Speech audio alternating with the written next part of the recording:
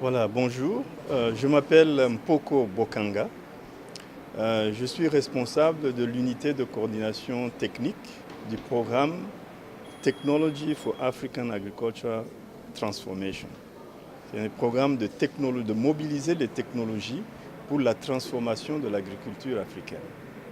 Alors, nous sommes ici à Yaoundé dans le cadre d'une réunion de planification et de concertation pour savoir comment on peut répondre à l'invasion de la chenille légionnaire, qui est un insecte ravageur qui, depuis 2 ou 3 ans, a envahi l'Afrique et risque de détruire l'agriculture africaine. C'est un insecte très ravageur qui cause beaucoup de dégâts sur les cultures, notamment sur les céréales, mais sur toutes les cultures en fait. Et c'est un insecte qui n'existait pas en Afrique il y a 3 ans, mais maintenant il se retrouve dans une quarantaine de pays africains.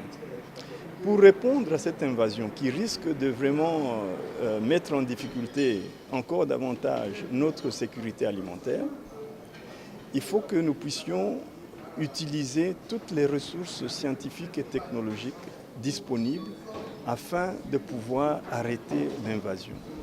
C'est ainsi que nous nous concertons et plus particulièrement dans le cadre du programme que je coordonne, le programme de technologie pour la transformation de l'agriculture africaine, un programme financé par la Banque africaine de développement et exécuté par un groupe de centres de recherche dirigés ou coordonnés par l'Institut international pour l'agriculture tropicale.